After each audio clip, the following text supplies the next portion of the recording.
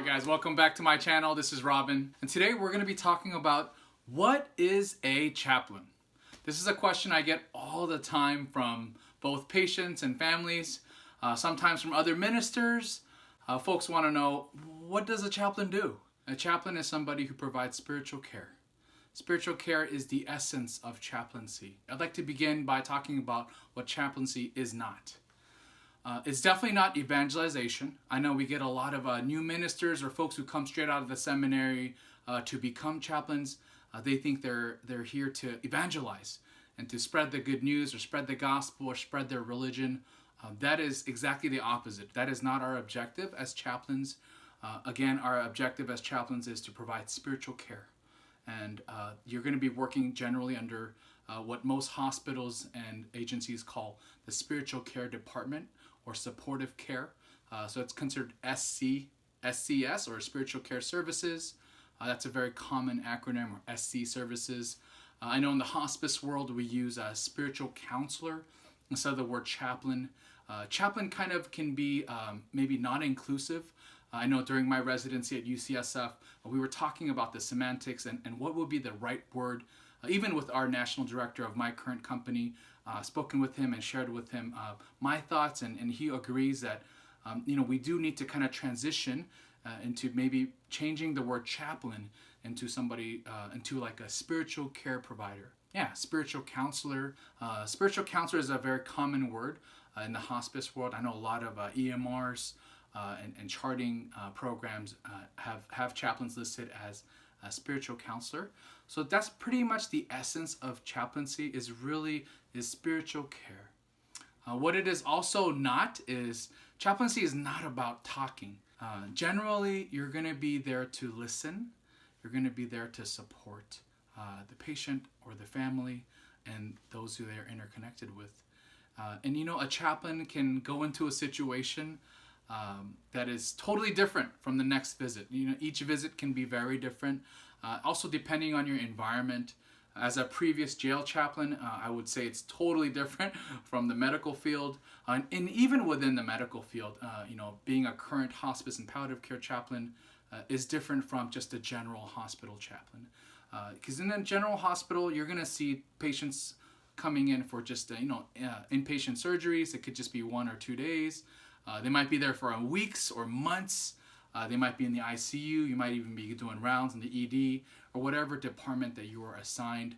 At UCSF, I was assigned to cardiology, but I also did some on-calls at Benioff Children's Hospital. And, we worked throughout the entire hospital. So there's different environments, but generally speaking, you're there again to provide spiritual care. Really, you need to be someone that can be a calming presence, a non-judgmental presence, someone who can offer support.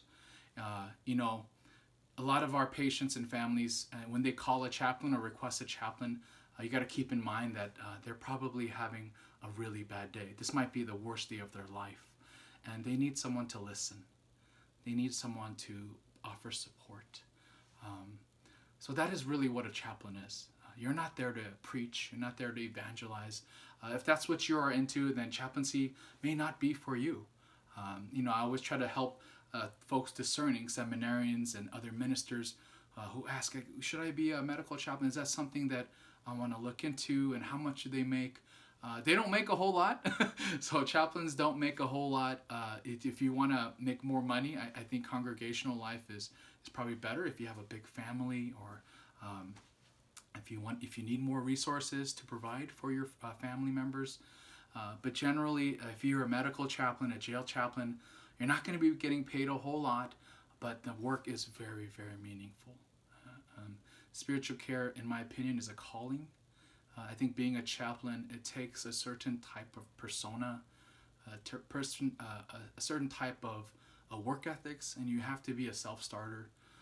You really have to be a chaplain who is called to this vocation, and it takes time.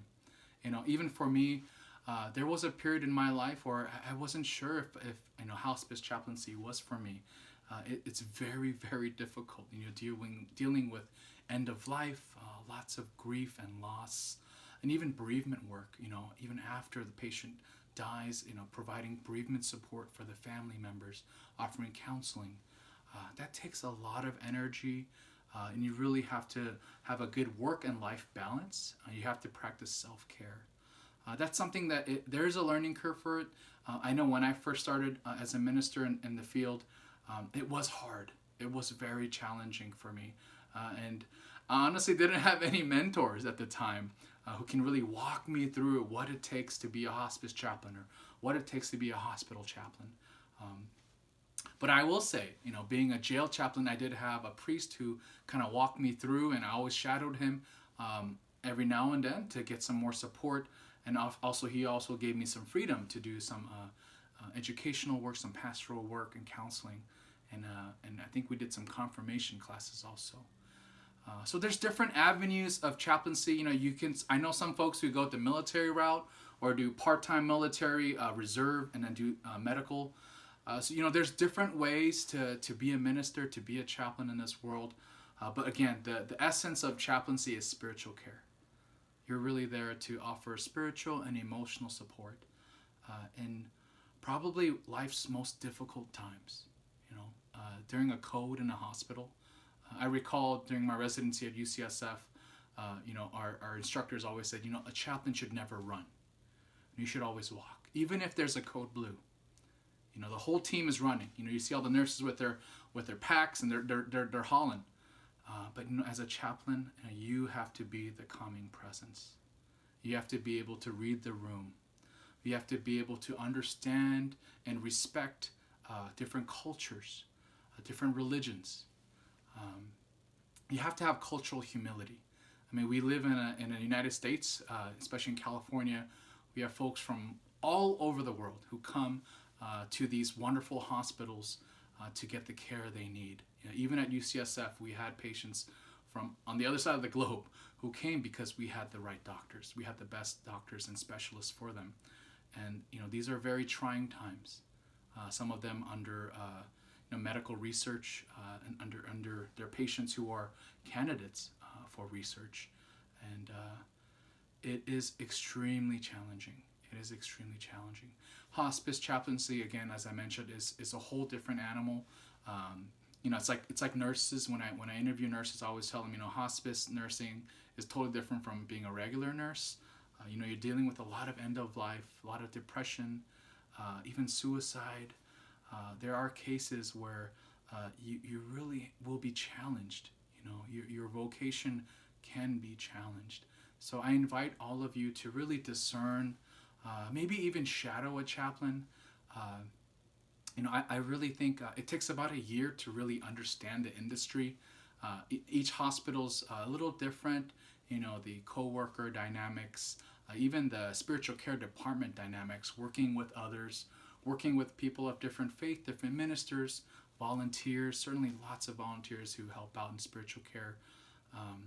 You have to be flexible, but you also have to be very grounded in what you believe, but not imposing your beliefs on others, being an open vessel to others' cultures, others' belief systems, which may not be the same as yours. That's why I began with what chaplaincy is not. I think that's the biggest misconception in chaplaincy. I see a lot of folks who come into the hospital, who come into hospice agencies, there to really spread the joy of the gospel or to spread the word or their faith, and that is not the essence of spiritual care. Our job is to be a clinician.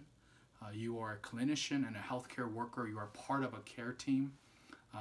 Just as the medical side is going to be the doctors and nurses, you have the social worker who's providing psychosocial support, and the chaplain is there to provide spiritual and emotional support.